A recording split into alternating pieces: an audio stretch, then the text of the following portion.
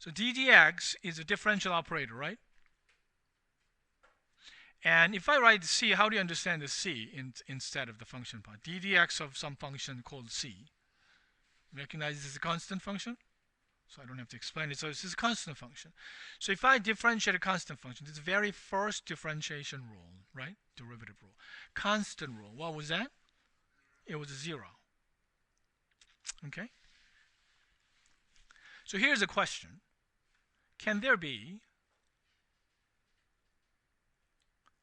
a function not constant such that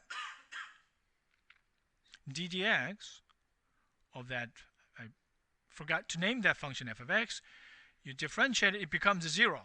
Flat 0. Let me emphasize it with the three things. Is a 0 function. It's identically 0.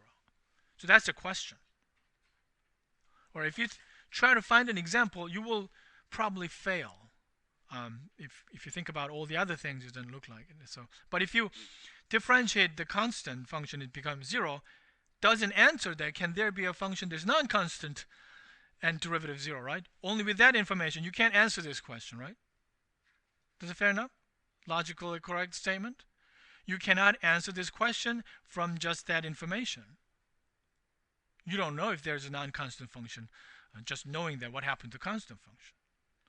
But it seems like students have a tendency to conclude that, okay, you see all the constant functions are 0, therefore something that going to 0 must be a constant function. That's false logic, right? There can be some function non-constant to derivative 0.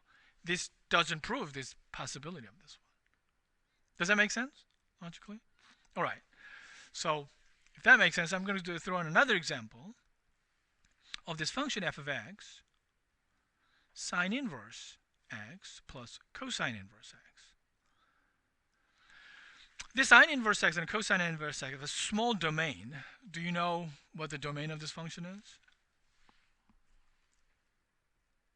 Sine inverse x represent, the whole thing represent the angle for which x is that sine value. Sine value can only take y coordinate the unit circle, right?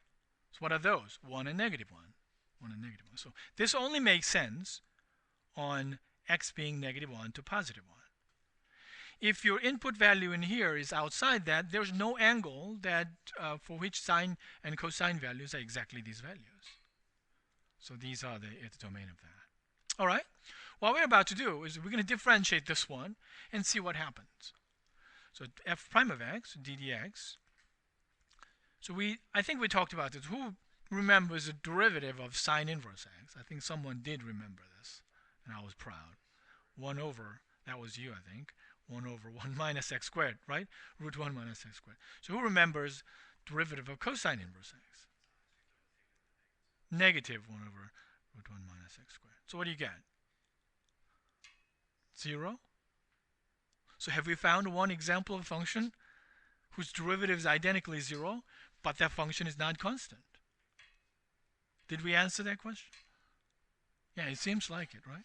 So, anyone else didn't understand this statement?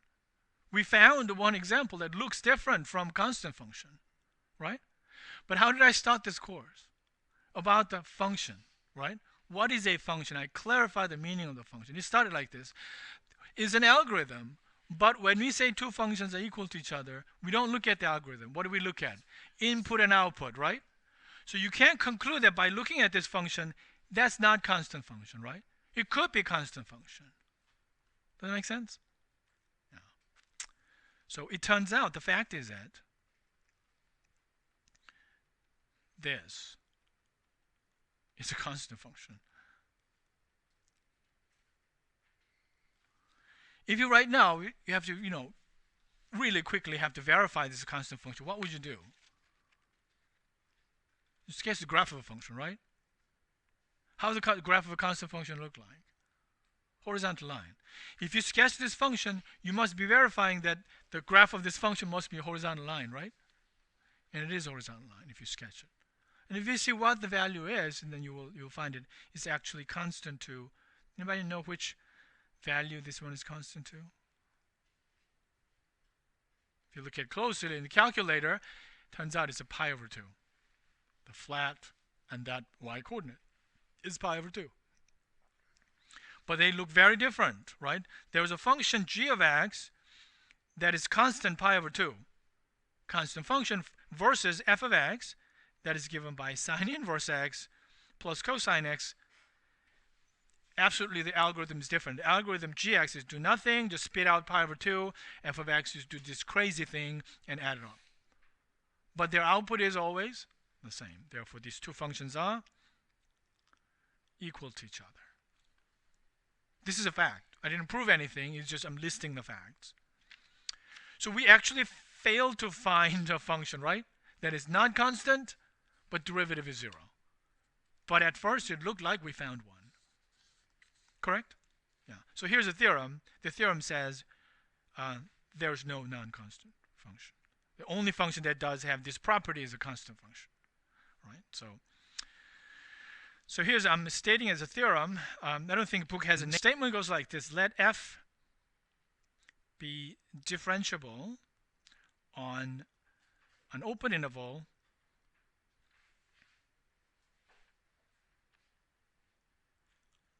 I. Okay? And if the derivative of that function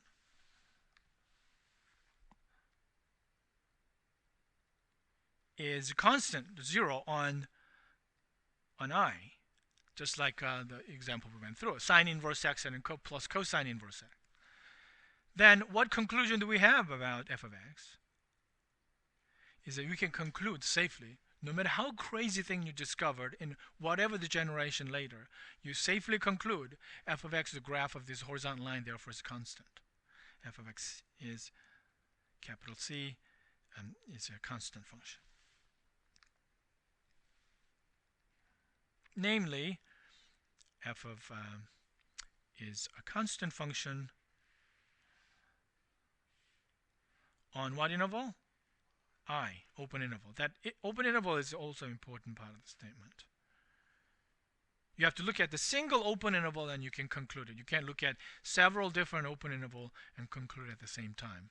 It affects nothing over what happened over this continuous chunk of open interval there.